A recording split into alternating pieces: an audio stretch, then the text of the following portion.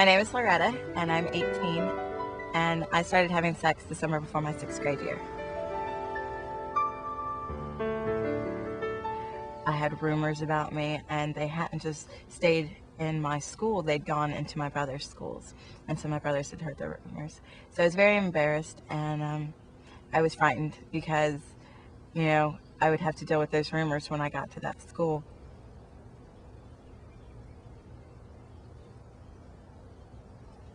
I was humiliated in front of my brothers, and I felt like worthless because it was just, when I told them, they had this look in their eyes that they didn't trust me and they didn't respect me anymore.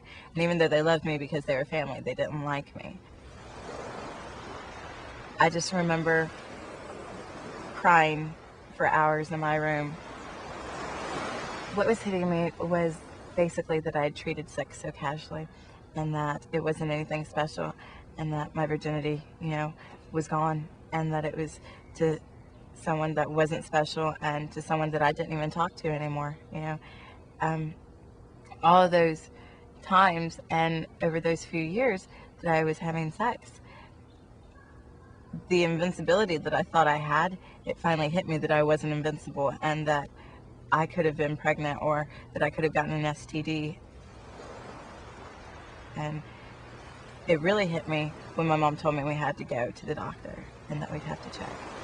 And that's just the scariest thing in my mind.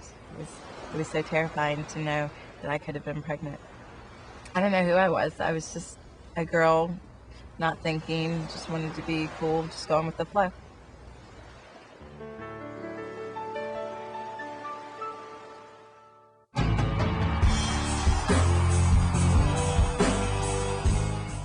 I'm a guy who plays guitar.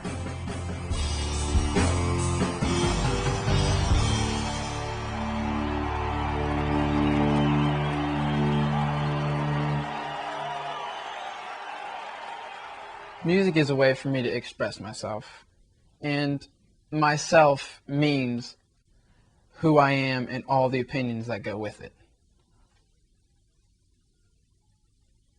To me, a real man is not so much different than a real woman. It's more like a real person, and that's someone that's made their decisions, that knows what's right and wrong, and they're willing to stand up for that and to live it out. There's a certain part of yourself, and that's the big deal in the movies, and you love someone, so you give yourself to them.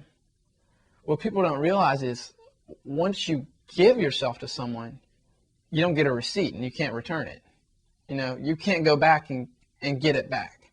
When you give yourself to someone, when you offer yourself physically or emotionally, you have to realize that there's part that sticks. Part of them that sticks to you and part of you that sticks to them, and you have to deal with that. And I think it's sort of unfair for me to be married to a woman and have, some other girl from high school stuck to me.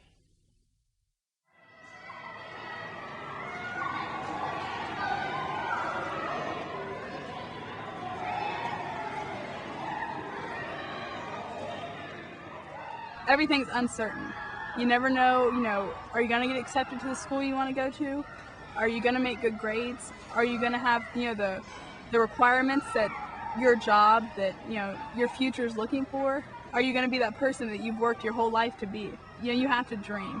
And no matter how high those dreams are, if you really put your mind to it, from nothing, you can go to the top if that's really what you strive for. I have really high goals set for myself. I want to go to college. I want to get my master's degree, and I want to go into the FBI. And that their requirements are so high, and so are the ones I've set for myself.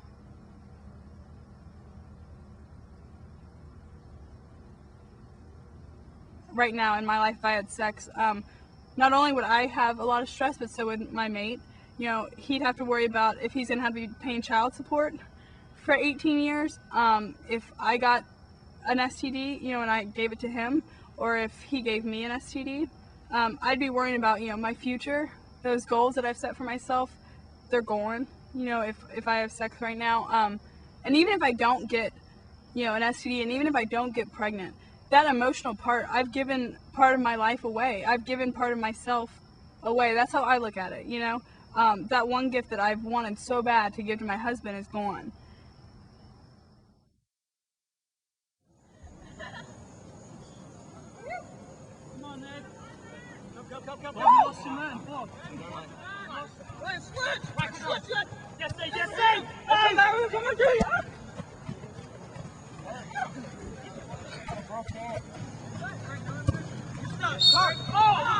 My parents were married for 33 years, and just growing up, just like when I got older, past 7 and 8, and I started emulating my dad more, I'd realize the stuff he'd do for my mom, whether it was little stuff as like holding doors open for her, or making sure she got in okay even when he was at work and stuff like that. Just placing my mom on a pedestal like she was a queen, and never making her do even more work than she had to or she needed to. When they would go out, the respect he would show for her, among other people. It's just to see them, especially when I started getting into my teenage years, to see them, how they would react to each other with certain things, even when they were upset at each other. The respect they had for each other and the love they had for each other. You could always see that no matter what. And I would strive to be like that. And I hope me and my wife are like that when we're 33 years into our marriage.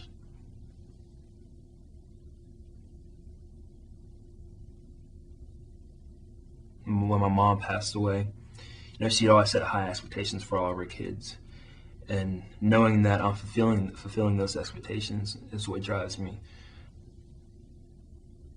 I'm very happy with deciding that I'm gonna hold back on sex until I'm married, because it just gives you more time to focus on other things. When people are struggling with, do I want to have sex with this person, or am I going to sleep with this person? You've already established that fact. No, I'm not going to do it. It's not an issue for me. You can move on to other things. You can move on to your schoolwork. You can move on to what you want to do after high school, what you want to do after college. Do you want to start your own music business or your own .com company? It opens up options for other things. Teenagers have enough to worry about already.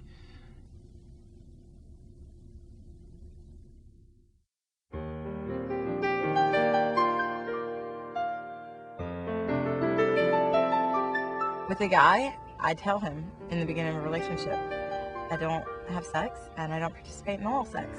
And if you have a problem with that, then I'm sorry, move on. It's just that simple for me. And it's happened before, and I've had to do that. And there have been guys that have moved on, and, that's fine, because that's what a guy's just looking for, and he's not worth the relationship in the first place.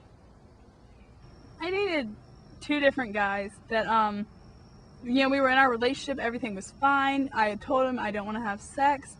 That was fine. They were great with that. And then it came to a point, we weren't even fooling around. Their friends were talking to him and, saying, your girlfriend's not having sex with you, And they came to me, and one of them told me that he was going to break up with me if I didn't have sex with him. And I told him that's fine. My boldness coming out. I told him that's fine. Go find somebody else who you don't want to know as a person. You want to have sex, go find somebody. And he was all distraught. No, that's not what I meant. And I just, forget it, because I know that in 2 weeks that is going to be what you want again. And then another guy told me he was going to cheat on me if I didn't have sex with him. I was like, oh, okay. So, I broke up with him, and that was the best decisions I've ever made in my life. The whole idea behind a relationship is to be with someone that makes you happy and comfortable. But if you can't be comfortable enough with someone and happy enough with someone to approach a situation like abstinence and, your viewpoints on do's and don'ts of sex, then, it's not the type of relationship that you seem to be looking for anyway. The easiest way to do it is just to be honest. When you try to beat around the bush, that's when things start getting really, really awkward, because you don't really know what to say. You just come out and say what you're thinking and how you're feeling, and be direct and honest with them. That's the easiest way to do it. What we did is, when we sat down, on our first couple of dates, I let him know, these are my goals in life. I can't accomplish these goals if, I'm pregnant, if I have a sexually transmitted disease. One of my goals in life is to remain abstinent until I'm married. And that person can either respect you for it, or they can leave you for it, or they can not respect you for it. I mean, and that's fine. That's their prerogative to do that. But at least you didn't betray yourself, and you're still happy with yourself, and you still have your standards. We set boundaries, right into the relationship, and I knew that if he wouldn't go with my boundaries, that our relationship wouldn't work. But we have so many other activities we do together. We work out. We both hold a job. We go on dates all the time. We go to the beach, we walk on the beach, at night, and we go to dinner.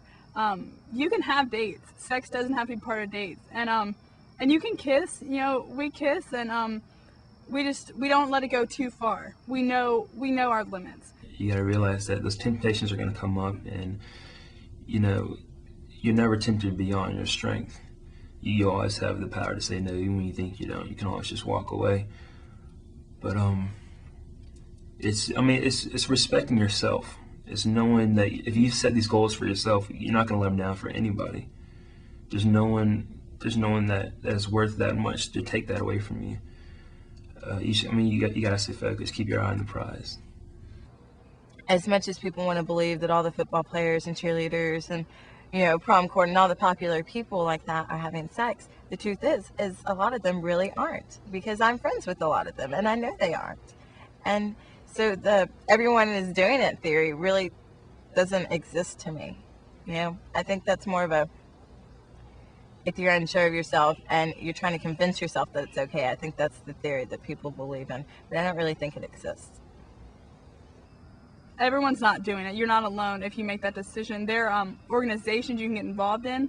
There are internet sites you can go to, or you can just make a pact with your friends and decide, among your friends that you don't want to have sex. And if you are alone, stand for it, because in a few years, those people, they're not going to matter. It's going to be your future and what the consequences of your actions today are.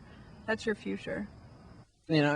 It's the saying my grandma always told me, if everybody else is jumping off the bridge, are you going to do it? Just because everyone else does something doesn't make it right.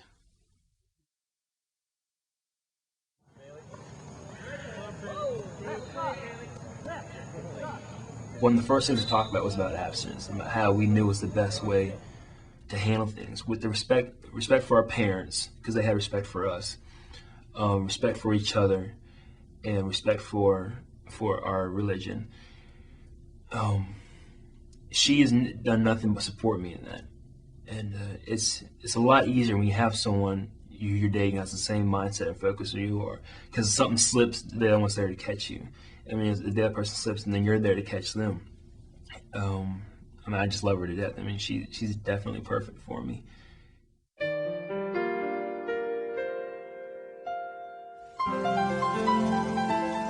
Nowadays, I think everyone fights with this idea of individuality and you are who you are and you're allowed to express yourself. I just don't understand why it stops there.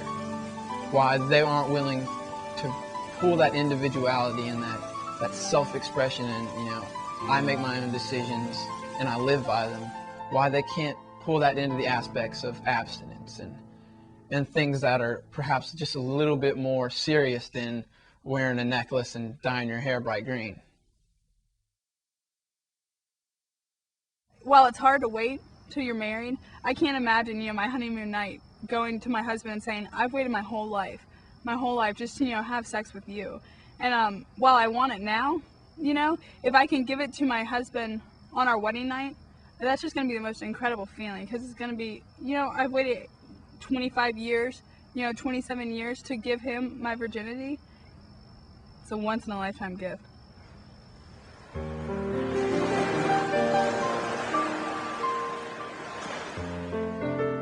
The most important thing to me in my life today is respecting myself and trusting myself and liking myself and my self-esteem.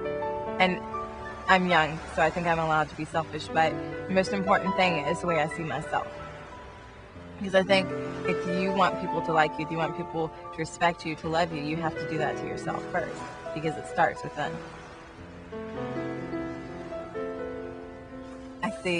I wish, I hope, I see in my future.